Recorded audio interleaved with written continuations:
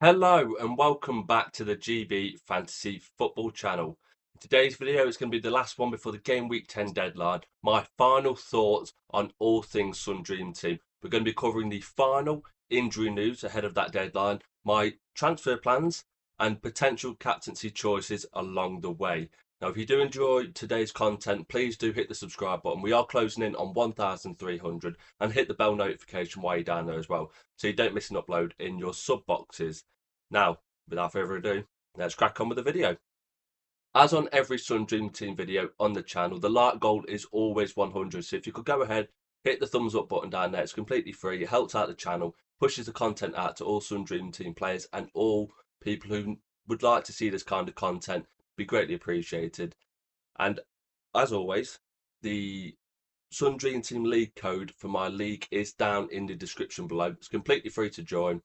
I think there's over 450 of you in there so far. It's getting very competitive. And if you are in the top 10 when I make these videos, normally mid-game week, you will appear on a video in the future. There will be bragging rights, of course, if you finish in there at the top at the end of the season. Now, pushing on to the injury news, something that moulds many of our teams, perhaps changes our transfer plans from one day to the next, depending on what the managers are coming out and saying. For reference, this video has been recorded around 10:30 on Friday morning, so there's been a few press conferences, but not all of them, unfortunately.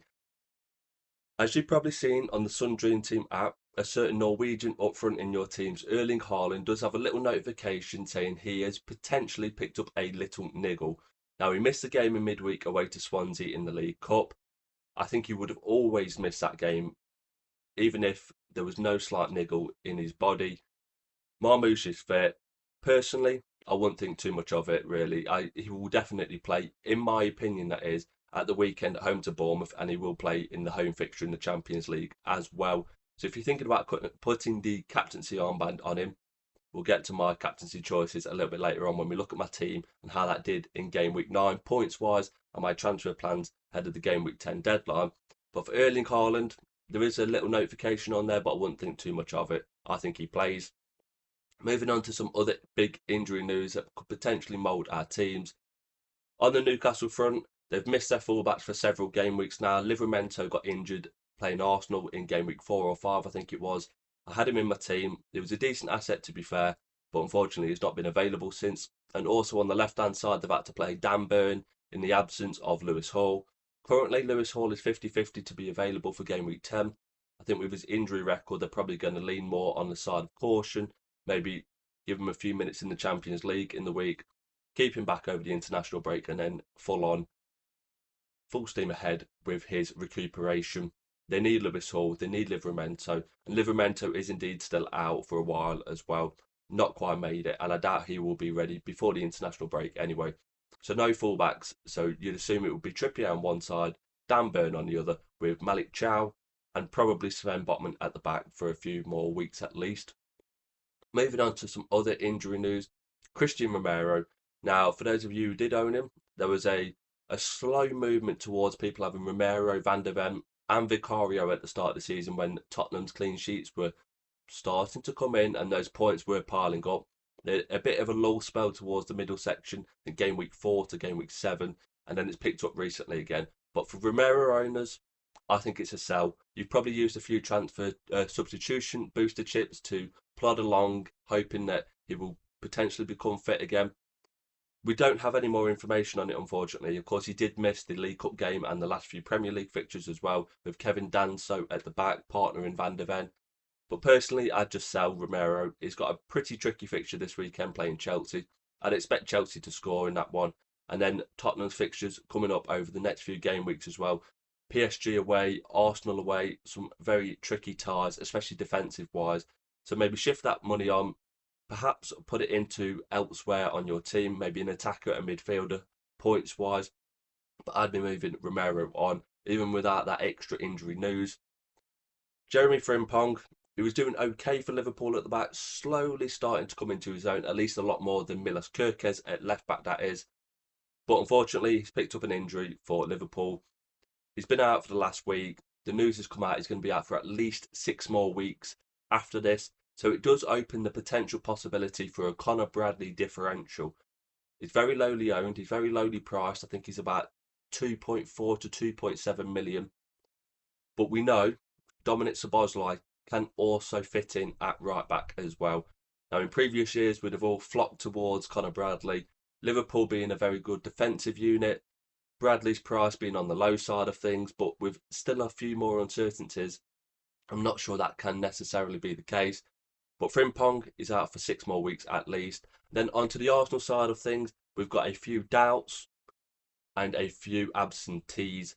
Saliba, of course, Mikel Arteta is well known for his sort of conundrum-based kind of riddle speaking, if you will, in the press conferences. He's come out and said, with regards to William Saliba, it's a wait and see. Personally, I don't think Saliba will start away to Burnley. They've got Slavia Prague in the Champions League in the following midweek, both in that game week double, of course, for game week 10. I think with Mosquera, his performances, you don't need to rush Saliba back. In yesteryear, in previous seasons, I think Saliba would have played at 50% fitness, but with plenty of good centre-back options. They've got Ben White, you've got Mosquera, you've got Hincapié if you wanted to play a left footer on the right-hand side. I don't think there's any urgency to get Saliba back into the team.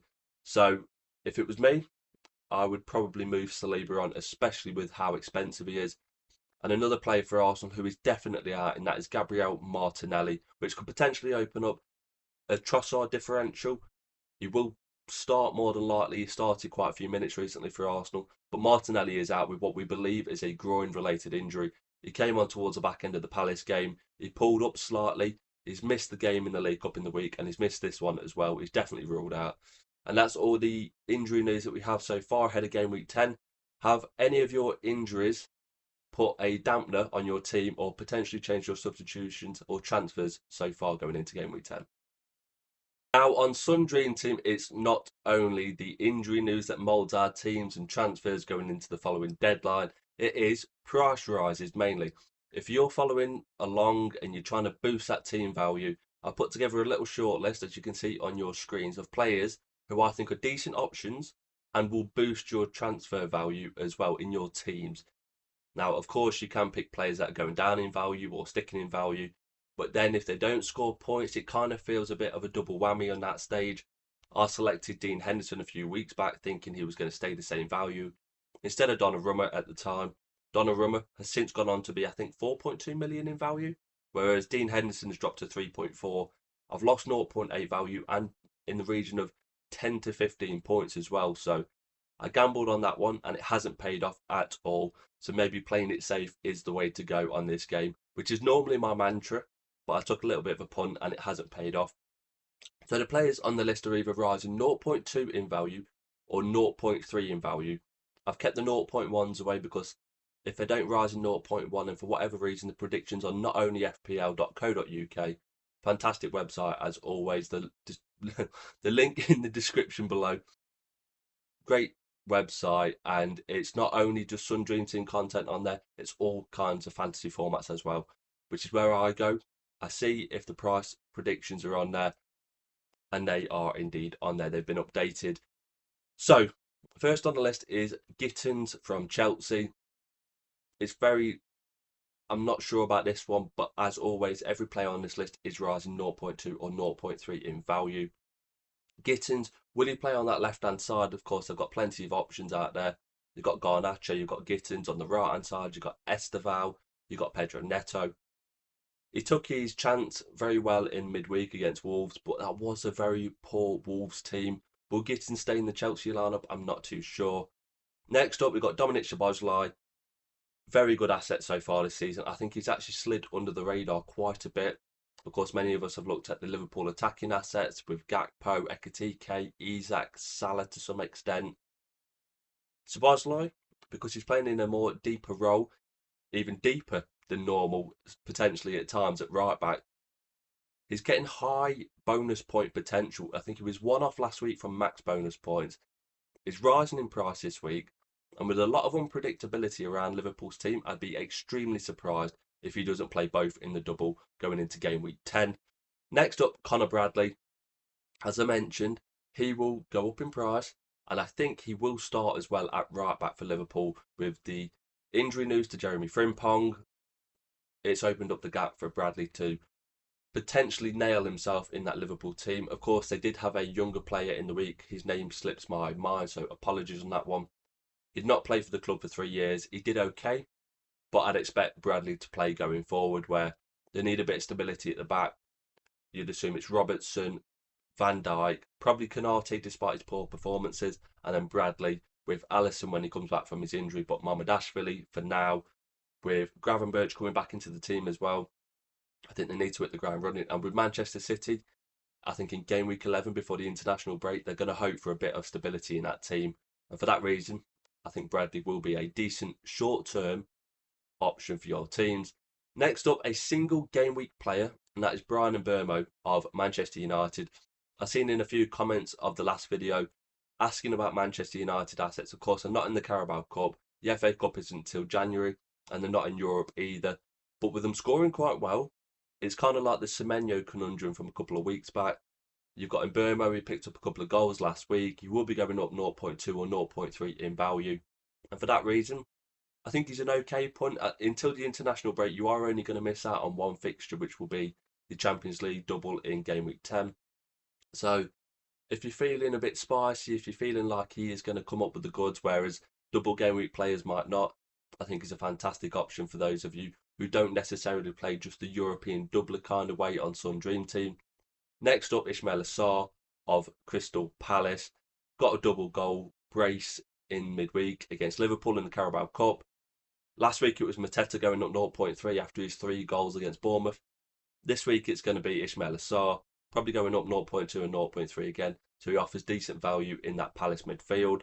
Yeremy Pino, very similar to Sarr, playing in those number 10 roles for Palace. Got off the mark in the week, scored a very nice goal actually, finessing it into the bottom corner. Nice little set out and curl. He's played well in that Palace team, not necessarily always with the end product, but he's slowly coming into his own now. And I think either one of them are going to be good, especially with the Eddie Nketiah injury news. Nketiah could have played in the number 9 role, but he's also been brought on in that number 10 role a few times. So without him, you'd expect more minutes for both of them too. Mickey van der Ven, as we spoke about with Christian Romero at the start, Van der Ven will be going up 0.3 in value. Didn't play against Newcastle in the week. 2 goals and a clean sheet against Everton in game week 9. 0.3 in value boost. But Tottenham defensively, they've been okay. They picked up clean sheets. But with tough fixtures on the horizon, is it worth balancing those two things out? And finally, the 2 Villa lads, Matty Cash and Ezra Konsa. Cash picking up an immense 17-pointer last week, and Konsa ticking along nicely, I think, with an 8-pointer in that one. Both good assets. They did get the rest in the previous double game week against, I forgot who it was now, in the Europa League. But they lost in that one in a surprising manner, actually. And Cash didn't play in that one, came on, won the penalty. Emi Buendia missed the penalty, and Ezra Konsa also was a no-show in that game. So I'd fully expect both players to play in their next Europa League game, playing in the double in game week 10, that is.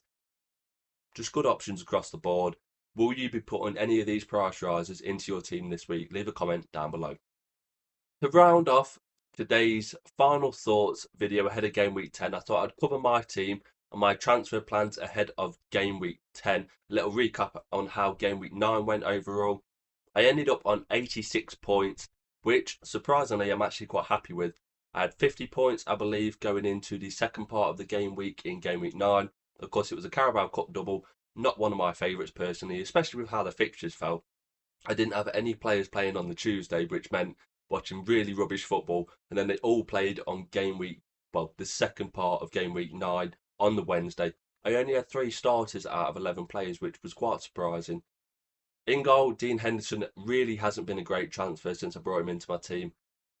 He didn't play the League Cup game, which I actually expected. Walter Benitez played in the previous round against Millwall, but I was always quite hopeful that would be the case. Not to be, unfortunately, just a 3-pointer. Palace fixtures do pick up now. They've got Brentford this week and, of course, a Conference League fixture. So hopefully he starts raking in the points.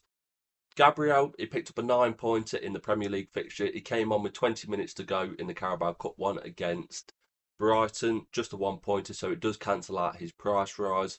Been a very good asset. That 9-pointer could have easily been a 15-20 pointer. Hit the bar from a header.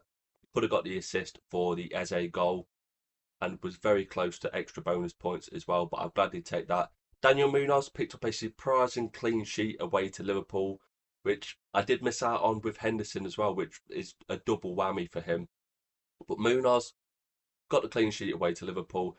Wasn't as good in the previous Premier League fixture that was, but this is the good thing with Munoz. He actually got taken off in this one in the 71st minute. So 85th minute in the Premier League fixture, 71st minute in the Carabao Cup. So he's not missing games, but he is starting to miss minutes. And I think that's their way of slowly giving him a rest, not necessarily leaving him out the squad because they don't really have an able backup. But for Munoz, a couple of minutes missed each game. I'll gladly take that if it means he's getting through to the 60th minute. Malik Chow, probably my star of the week this week, picking up the clean sheet in the League Cup at home to Tottenham. Big chance created. He probably should have scored actually. It got crossed to him at the back post. He kind of miskicked it. Ended up popping up to Harvey Barnes, who hit the bar, so he could have got an assist, but he actually should have scored that shot. Got the clean sheet. Finished on 7 ppm, so 1 off 3 bonus points. And he actually got booked in that one, so that booking cost him 3 points, which is not ideal. It could have been a 16-pointer, but I'll gladly take a 13-pointer. It was one of my 3 starters in the week. With Munoz, so the 3 starters were Munoz, Kamada, and Malik Chow. The rest of them, not so much. Anthony Gordon, 4-pointer in the Premier League fixture at the weekend, just a 1-pointer against Tottenham in the Carabao Cup. Fortunately, he got brought on after the 80th minute, so he played less than 10 minutes, so that 1-pointer doesn't affect his price, so he won't be plummeting down in value. Mohamed Kudus, just a 2-pointer. We'll get to my transfer plans after we recap the team. Kamada with a 4-pointer, probably his most disappointing week for me. He's ticked along nicely since I brought him in. He's normally picked up between 4 and 6 points each game. So under that, 8 to 12 points is what I was hoping for this week. Just a 4-pointer. He finished on 7 ppm for the Liverpool fixture. Got booked in that one, so once again that booking did cost him 3 points, similar to Malik Chow. So I've lost 6 points over the course of 2 fixtures there, just for 2 bookings for the 2 players that started, which is it's a tough pill to swallow on that one. Bukayo Saka, incredible, absolutely incredible. Going into the second part of game week 9, I was really disappointed in myself for not playing the Matt's captaincy chip. I saw all your teams with the 44 pointers for Mickey van der Ven, and I was sat there with 4 points for Bukayo Saka with just his fixture at the weekend. He started the Brighton fixture on the bench, came on with 20 minutes to go, and he's come up with a goal. And with Saka still being a differential of sorts, and captaining Saka still being a massive differential, that goal picking me up 16 points was a huge swing in my rank. I think at one stage I was about 2.5k, having dropped from 650 going into game week 9. I ended up 951st, so that was a massive reason why. Mo Salah, just a 9-pointer away to Brentford. He got his goal. It was a no-show for Liverpool against Palace in the League Cup. Wasn't even on the bench, surprisingly. They left the bench very light and paid the price for it going out the competition. Erling Haaland, very similar. I never expected him to play against Swansea, which is why I didn't give him the captaincy armband in the first place. Just a 5-pointer for him. And now my biggest disappointment of the week, Mark Guéhi. I brought him in. He was the cheap and cheerful punt to allow me to get Saka into the team. So if you combine them as a total transfer package, it's actually worked out because I'd have ended up captaining Anthony Gordon instead. But as a single asset, just extremely disappointing. The 3-pointer last week at home to Sunderland being brought off, I think, in the 70th or 80th minute. And then a complete no-show against Wolves in the Carabao Cup. Bearing in mind, Chelsea scored 4 in that one. And Delat was on the bench getting sent off. There could have been goals and points in this one for Mark Guéhi. If you saw how some of the Chelsea goals were taken, a couple of tap-ins, a couple of flashes across the box where it didn't really take a lot other than striker's instincts, I think Mark Guéhi could have come away with at least a goal out of that game. And to see him only on 3 points is a bit disappointing. Now with the Delat sending off, he probably will play at the weekend, but going on to my transfer plans, I think there's a few people in this team points-wise that could potentially be coming out. Mark Guéhi being one of them. He was only going to be a short-term punt, but even shorter than I maybe thought. Kamada, he's done very well in my team. But with the 4-pointer as well, it's probably going down in value. And that is something you'll know from my transfer plans. Mohamed Kudus being another one that's really under scrutiny this week. All three players are potentially going down in value. I think we're looking at our budgets for our squads now, trying to eke out that extra zero point 0.1 or 0.2 in value to potentially get players into our squad. And this is the reason why I think my budget currently is 55.3 million. So it's in a good position, a good sort of range. But to me, those three, I'm thinking, can I get better value elsewhere? Can I split the Kudus money? Bearing in mind he's going to go down 0.3 in value. Maybe boost up Mark Gui to a better asset. You're probably looking at, what's that for Gui? 2.5 million, 5.1 for Kudus, 7.6 million or so to get a couple of assets in. Or maybe I finally move on Kamada. Do I switch up from a 3-4-3 into a 4-5-1 or a 4-4-2? Well, I've seen some people actually plan ahead. Scott, Dream Team Tonic, and Dream Team Professor, I've seen his video. He's potentially going for a 5-4-1 sort of pyramid Christmas tree formation, which I quite thought was very festive considering the time of the year that we're at. But I think for me, it's either going to stay a 3-4-3 or potentially a 4-4-2, depending on what I see transfer wise at the back. Maybe Connor Bradley comes into the team. I looked at Mamardashvili a few weeks ago for the Liverpool defensive assets. They haven't done well, but for that value, you're hoping that the more expensive asset that you bring in as a combined double transfer makes up for it. And you never know, maybe Liverpool could come good defensively as well. So that does indeed conclude my final thoughts ahead of game week 10. Hope you've enjoyed today's video. It's not been quite as long as the usual ones. I did try and keep it under 20 minutes. I'll see in the editing if that is indeed the case. I know these final thoughts ones, they're coming out quite late on Friday. The deadline is 1:30 on Saturday, so not the Friday deadline like last week, so don't miss out. Unfortunately, no dinner time kickoff tomorrow for us UK-based viewers. Once again, don't like that. I need my football fix at Saturday, well, early on Saturday, that is. So thank you very much for watching. Leave a comment down below on how your game week 9 went and what your transfer plans are ahead of game week 10. See if you've got any dilemmas that I might be able to help you out with in the comment section down below. Also, down there in the description on my socials, I'm closing in on 500 followers on X, so if you could go follow me over there, greatly appreciated. We've got X, we've got Instagram as well. We've got all that good stuff. Now, thank you very much for watching today's video. Hopefully you have a good game week 10 and you'll be seeing me in a new one very soon.